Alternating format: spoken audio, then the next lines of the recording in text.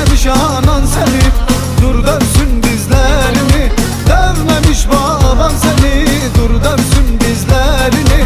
Kız senin derdin nedir, babanın suçu nedir?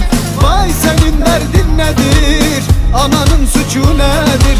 Dövmemiş anan seni, dur dövsün dizlerini. Dövmemiş baban seni, dur dövsün dizlerini.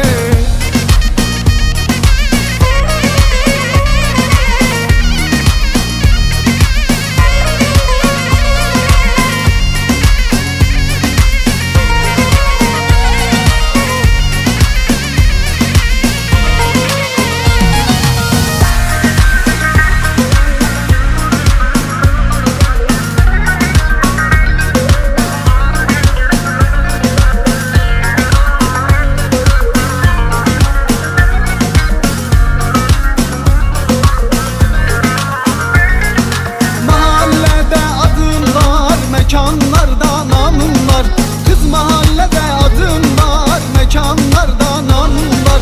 Görmesin abin bizi, kurşunlar dizimizi.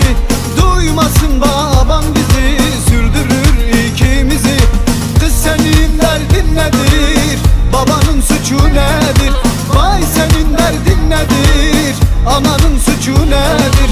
Dövmemiş anan seni, dur dövsün dizlerini. Dövmemiş baban seni, dur dövsün dizlerini.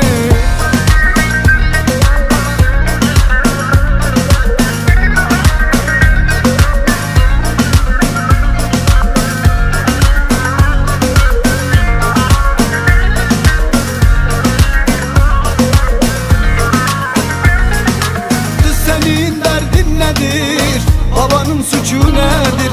Vay senin derdin nedir, ananın suçu nedir?